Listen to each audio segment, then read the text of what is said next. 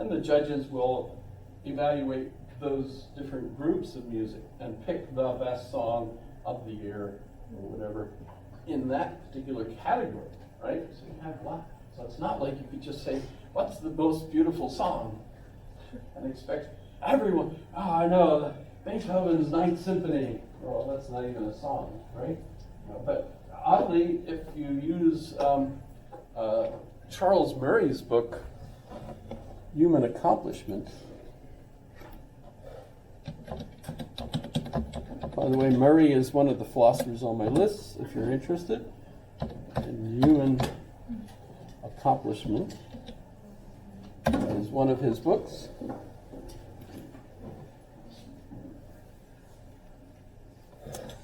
And he argues that there's the two composers that are absolutely the best so far ever, Beethoven and Mozart. They're almost a tie, with Beethoven just slightly better. And the interesting thing he says in his statistics, he found even in Japan, you might not think, well, Japan, why would they be interested? Well, they are interested in Beethoven, and apparently, according to the statistics he gathered, Beethoven was the favorite composer of Japanese. So he lists actually the best in music, he lists the best in art, he lists the best in different sciences, and so on. So it's kind of an interesting book, Human Accomplishment. Pardon? Oh, in a sense, everything we can think of in a frame of subjectivity would make it subjective. He does use the internet as a research tool, so he is basically gathering the searches of people for the kind of music they're looking for. So, that's still subjective, but it's social sciences or soft sciences. How do you feel? But in any case, if we're trying to figure out, say, the kind of order in the universe, it seems like there's order in the way biological organisms develop. They mostly seem bisymmetrical, unless they're damaged or ill, right? Which is a sign of health. So if you see bisymmetricality in an individual, that's more attractive than an individual that's got, like the Hunchback of Notre Dame, sliding down on the one side of his face and stuff, right? Big hump on the side. What hump? No, that's Igor. Sorry, that's Igor. You said Igor. It was son of Frankenstein. Oh. Yeah. Which was why it was funny, because of course it's Igor. And he said, no, Igor. It's not my fault. It's just part of the comedy. Mel Brooks, silly things. But if we're trying to figure out the best order, what essentially this is a mathematical conception, that there are mathematical ideals that we're looking for. And I have to show you this one. This is an absolute requirement for Intro to Philosophy.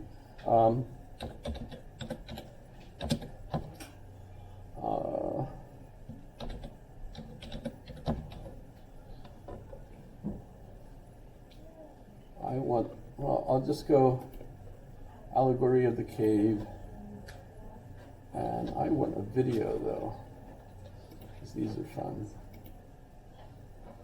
And obviously you get some really silly ones. I'll let you guys pick. Which one would you want? Old? This is one with Orson Welles. Do you want Orson Welles? Who's Orson Welles? Some folks don't know. Imagine prisoners that have spent their entire lives chained. Oh, that's deep not inside Orson a Welles. cave. It's a different one. They have been chained so that they cannot see behind themselves, and they are forced to stare endlessly at the cave wall in front of them. Behind them, a fire is burning, and between the prisoners and the fire is a raised walkway. Now imagine that each day a menagerie of objects crosses the walkway. Animals and people carrying their wares to market.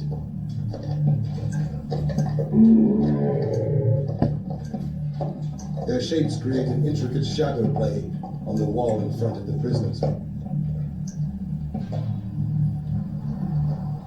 This is the only world that the prisoners have ever known. The shadows and the echoes of unseen objects.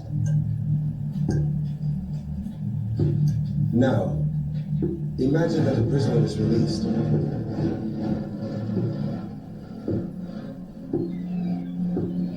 After some time adjusting to the blinding light, the freed prisoner will begin to experience the world outside of the cave for the very first time. And it is like nothing he could have ever imagined.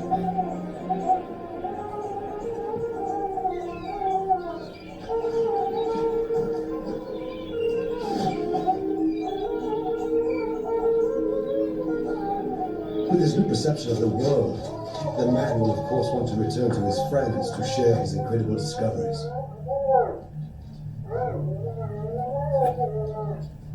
But the prisoners cannot recognize their own friend. He appears as all things do. His voice is a distorted echo, and his body is a grotesque shadow. They cannot understand his fantastic stories of the world outside of the cave. To them, it will never exist. This, of course, does not make the world outside of the cave any less real. So, as you can see, there's lots of folks doing versions of it, some funnier than others. Somewhere along the way is Orson Welles doing one.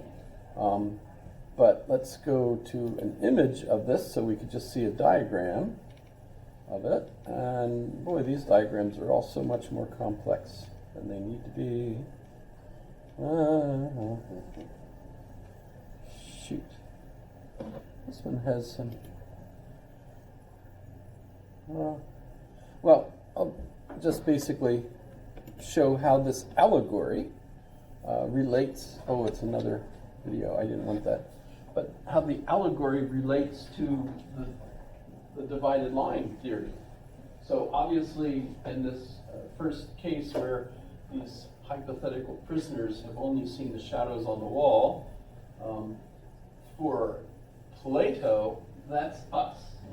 Right now, we're living in what we think of as reality, and so we see all this stuff. These are really just shadows on the wall. But the prisoner who gets released and goes out, that's because you've gone to a philosophy class.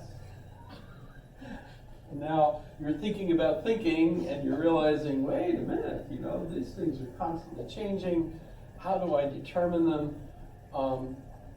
And for Plato, if they're all ideas, and this seemed like such a nice, simple way of explaining all the complexity of things. But Aristotle's going to point out, well, what about he doesn't say this in colors, but pick colors. If in order for us to recognize all the different colors on the color wheel, then the ideas have to have all those colors instead of just red, blue, green. And in other words, so it requires that the theory of ideas end up becoming just as complex as real things, as we would say them, right? And so it gets muddy, much more muddier than Plato was hoping for, right? You end up with these kinds of difficulties. And so the prisoner that gets released and ends up seeing the ideas, basically, what we would then call the real world under the sun, because now the sun is shining on it, and the sun is also a metaphor in Plato's philosophy for the good, right? So as it's shining on everything, and you can see everything, and you go back and and explain, you're just looking at shadows, and the end result is they not only just don't recognize him or don't believe him, but they also kill him, which they did to Socrates. So this is kind of a message that Plato's pointing out. Socrates was telling you guys the truth, and you killed him for it. So there's one wonderful allegory of the cave. So.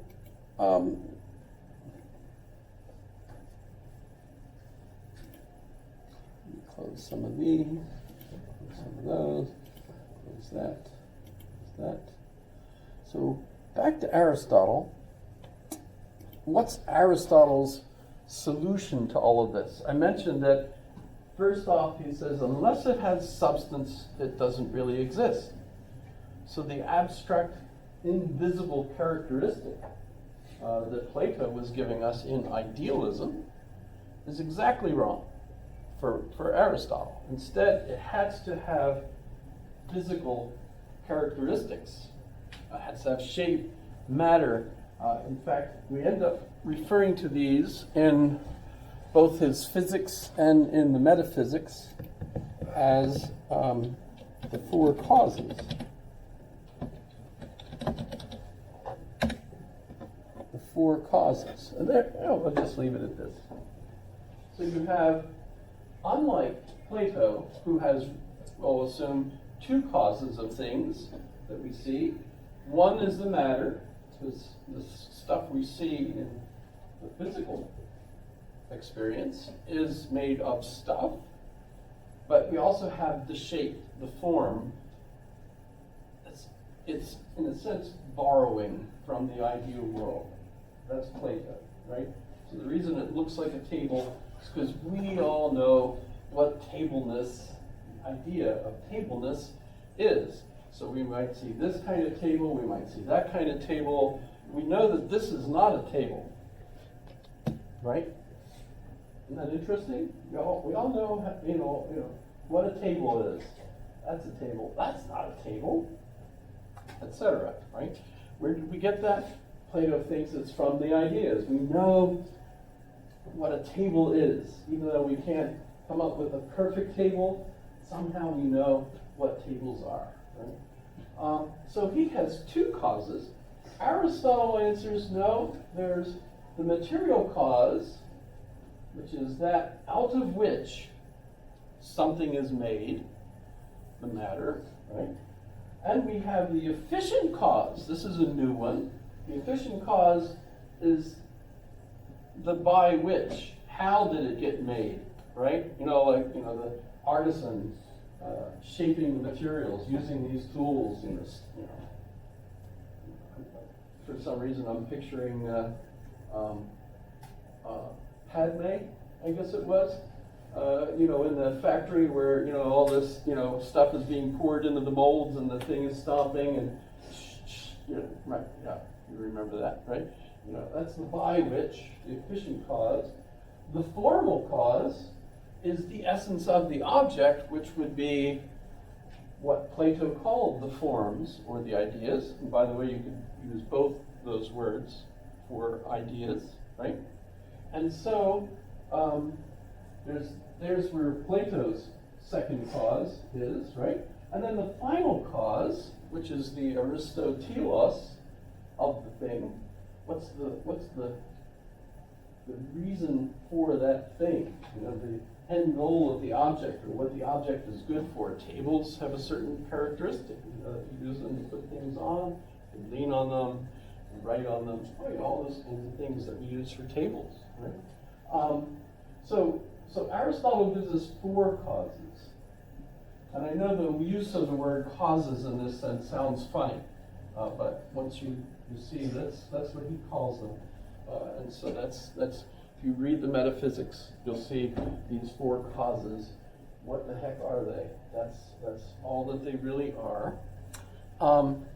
But then he also starts categorizing everything. And I mentioned how what that biologist was talking about in the island of Lesbos, was talking about the way that Aristotle created science. And what he did was he created these categories, categoriae. And so you end up with everything, in a sense, fitting into a particular category. Horses.